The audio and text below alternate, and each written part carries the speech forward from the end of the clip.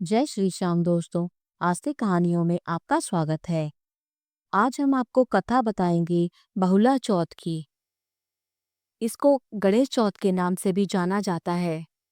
हे चौथ माता, जो इस कथा को सुने और पढ़े उनकी सारी मनोकामनाएं पूर्ण करना। श्री गणेशाय नमः। एक साहूकार के एक बेटा बहू थे। बेटा व साहूकार दोनों ही कुछ भी कमाते नहीं थे। बड़े बूढ़ों का धन था, उससे काम चलाते थे। जब भी बहू बाहर कचरा डालने जाती तो पड़ोसन उससे पूछती, बहू आज क्या खाना खाकर आई है?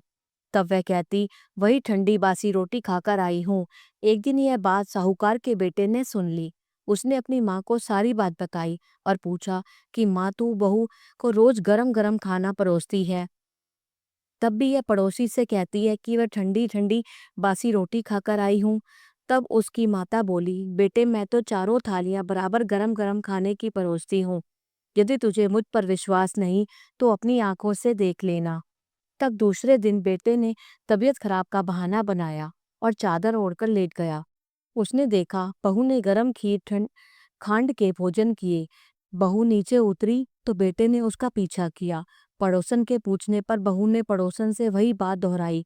तब उसका पति उठा और उससे कहने लगा कि अभी अभी तो तू गर्मा गर्म खाना खाकर गई थी, और तूने पड़ोसन से झूठ क्यों कहा कि मैं ठंडी बासी रोटी खो खाकर आई हूँ? तब उसकी विद्वान पत्नी ने कहा कि यह न आपकी कमाई हुई रोटी है, न आपके पिताजी की। यदि इस तरह से बैठे बैठे धन को खर्च किया जाएगा तो कुएं के पानी की तरह एक दिन पूरा समाप्त हो जाएगा। तब उसका पति विदेश कमाने के लिए गया। पीछे से उसकी पत्नी 12 महीने का चौथ का व्रत करती थी। उसको प्रदेश में रहते हुए 12 वर्ष व्यतीत हो गए। चौथ माता व विनायक जी ने सोचा, अब इसके पति का घर बुलाना चाहिए, तो हमें इस कलयुग में कौन मानेगा, कौन पूजेगा। चौथ माता लड़के के सपने में जाकर बोली कि तू घर चला जा, तेरी पत्नी तुझे बहुत याद करती है। तब वह बोला कि मैं कैसे चला जाऊं, मेरे यहाँ बहुत ही बड़ा कारोबार फैला हुआ है। तब चौथ माता बोली कि सुबह एक दीपक जलाकर चौथ माता का नाम लेकर बैठ जाना। देने वाले रुपए दे जाएंगे और लेने वाले ले जाएंगे। उसने सुबह उठकर वैसा ही किया। उसका सारा कारोबार एक दिन में ही सिमट गया। जब वह घर जाने के लिए रवाना हुआ तो रास्ते में उसे एक सांप आगे के पास से जाता हुआ मिला। लड़के ने सोचा सांप जल जाएगा, तो उसने सांप को भगाने के लिए सिसकारी भरी। लेकिन तभी नागराज बोले कि हे पापी दुष्टी, मैं तो सांप योनि से मुक्त हो रहा था, लेकिन तूने मुझे सिसकार दिया, इसलिए मैं अब तुझको डसूं। तब वह लड़का बोला कि हे नागराज, तुम मुझे अवश्य खा लेना। मैं आपको वचन देता हूँ, मैं 12 वर्ष बाद अपने घर मिलने जा रहा हूँ। कल रात आप अवश्य आ जाना। जब पति घर आया तो वह बहुत उदास था। पत्नी के कारण पूछने पर उसने बताया, पत्नी चतुर थी। उसने एक सीढ़ी पर दूध का कटोरा रख दिया, दूसरी पर बालू मिट्टी बिछा दी, तीसरी पर फूलमाला बिखेर दी और चौथी पर इत्र छिड़क दिया, पांचवी पर मिठाई रख दी। इस तरह उसने सातों सीढ़ियों पर कुछ न कुछ रख दिया और दरवाजा खुला छोड़कर पलंग पर अपनी पत्नी की चोटी लटकाकर सो गया। सांप आया, सबसे पहले उसने दूध तो पिया। बोला, साहूकार के बेटे, तूने सुख तो बहुत दिए हैं, पर वचन का बंधा हूं, इसलिए तुझे डसूंगा अवश्य। सातों सीढ़ियों पर उसने ऐसा ही कहा। जैसे ही वो सबको उसको हंसने लगा, चौथ माता और विनायक जी ढाल व तलवार बन गए और उस सांप के 4 टुकड़े कर दिए। पूंछ का एक टुकड़ा लड़की की जूती में जाकर गिरा। सांप ने सोचा कि जब यह जूता पहनेगा तब इसे डस लूंगा। तब वहां बहुत सारी चींटियां आ गई। उन्होंने कहा, हर यह स्त्री हमें रोज शक्कर व आटा खिलाती थी, इसलिए इसकी रक्षा करनी चाहिए। चींटियों ने उस पर हमला कर दिया और उसकी पूंछ को पोली कर दी। जैसे ही सुबह हुई वहां खून ही खून हो रहा था। माँ ने सोचा, मेरे बेटे और बहू को किसी ने मार दिया है, इसलिए वह चिल्लाने लगी। तभी बेटा बोला कि माँ, खुशियां मनाओ, आज हमारा बैरी दुश्मन मर गया। और पूछने लगा कि मेरे पीछे से मेरी दीर्घ आयु के लिए कोई उपाय किया था क्या?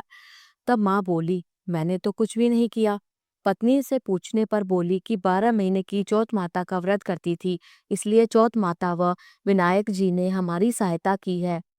तब सास बोली, यह झूठ बोलती है, रोज मैं इसे 4 बार रोटी देती थी, तो फिर इसने चौथ का व्रत कैसे किया?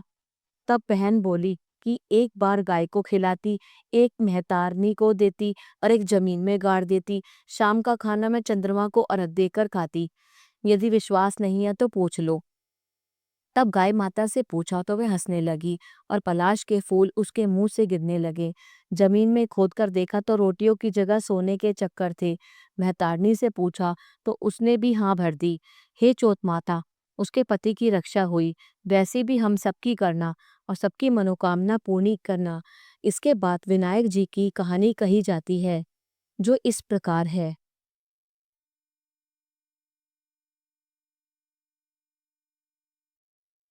एक बार गणेश जी एक छोटे बालक के रूप में चिमटी में चावल और चमचे में दूध लेकर निकले। वे हर किसी से कह रहे थे कि कोई मेरी खीर बना दो, कोई मेरी खीर बना दो। एक बुढ़िया बैठी थी, उसने कहा, ला मैं बना दूं। मैं छोटा सा बर्तन चढ़ाने लगी, तब गणेश जी ने कहा कि दादी माँ, छोटी सी भगोनी मत चढ़ाओ, तुम्हारे घर में जो सबसे बड़ा चरू हो वही चढ़ा दो। बुढ़िया ने वही चढ़ा दिया। वह देखती रह गई कि वह तो पूरा भर गया है। गणेश जी ने कहा, दादी माँ मैं नहाकर आता हूँ। खीर तैयार हो गई तो बुढ़िया के पोते पोती खीर खाने के लिए रोने लगे। बुढ़िया ने कहा, गणेश जी आपके भोग लगवा दूं? तब कहकर चूल्हे में थोड़ी सी खीर डाली और कटोरे भर भर कर बच्चों को दे दी। पड़ोसन ऊपर से देख रही थी। बुढ़िया ने सोचा यह चुगली खा देगी, तो सो कटोरा भरकर उसे भी पकड़ा दी। बेटे की बहू ने चुपके से एक कटोरा खीर खाई और कटोरा चक्की के नीचे छुपा दिया। अब भी गणेश जी नहीं आए। बुढ़िया को बहुत भूख लग रही थी। एक कटोरा खीर का भरकर किवाड़ के पीछे बैठकर एक बार फिर कहा, जय गणेश जी, आपके भोग लगाना, और खाना शुरू कर दिया। और तभी गणेश जी आ गए। बुढ़िया ने कहा, आजा रे गणेशैया, खीर खा ले, मैं तो तेरी ही राह देख रही थी। गणेश जी ने कहा, दादी माँ मैंने तो खा ली। बुढ़िया ने कहा, कब खाई? गणेश जी ने कहा, जब तेरे पोते पोती ने खाई, तब तेरी पड़ोसन ने खाई, तब खाई, जब तेरी बहू ने खाई तब खाई, जब तूने खाई तो पेट पूरा ही भर गया। बुढ़िया ने कहा, बेटा और सारी बात तो सच है, पर बहू बेचारी का तो नाम मत लेवे। वो तो सुबह से काम में लगी रही, उसने खीर कब खाई?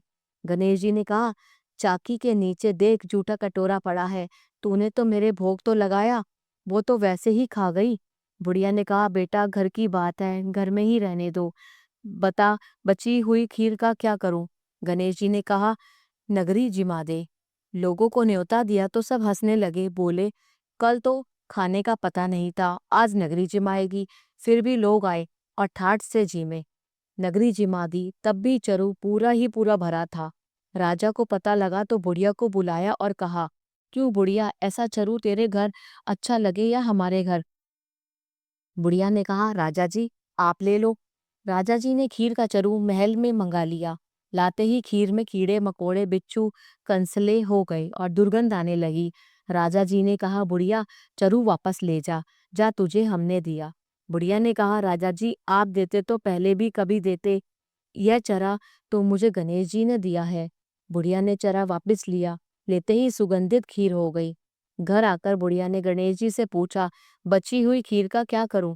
गणेश जी ने कहा, झोपड़ी के कोने में गड्ढा खोदकर गाड़ दे। उसी जगह सुबह उठकर वापस खोदेगी तो धन के 2 चरे मिलेंगे। ऐसा कहकर गणेश जी अंतर्ध्यान हो गए और जाते समय झोपड़ी की लात मारते गए और तो झोपड़ी के स्थान पर महल हो गया। सुबह बहू ने फावड़ा लेकर पूरे घर को खोद दिया तो कुछ भी नहीं मिला। बहू ने कहा, सासू जी थारो गणेश जी तो झूठो है। सास ने कहा, बहू मारो गणेश जी झूठो तो नहीं है, ला मैं देखूं। वह सुई लेकर खोदने लगी तो टन टन करते 2 धन के चरे निकले आए।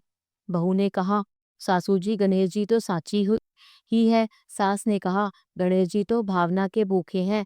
हे गणेश जी, जैसे तुमने बुढ़िया को दिया वैसे सबको देना। कहानी कहने वाला, हुंकारा भरने वाला, कहानी सुनने वाला, सबको देना। बोलो चौथ माता की जय, बोलो गणपति महाराज की जय। अगर आपको ये कथा पसंद आई, कृपया करके लाइक कीजिए और शेयर कीजिए।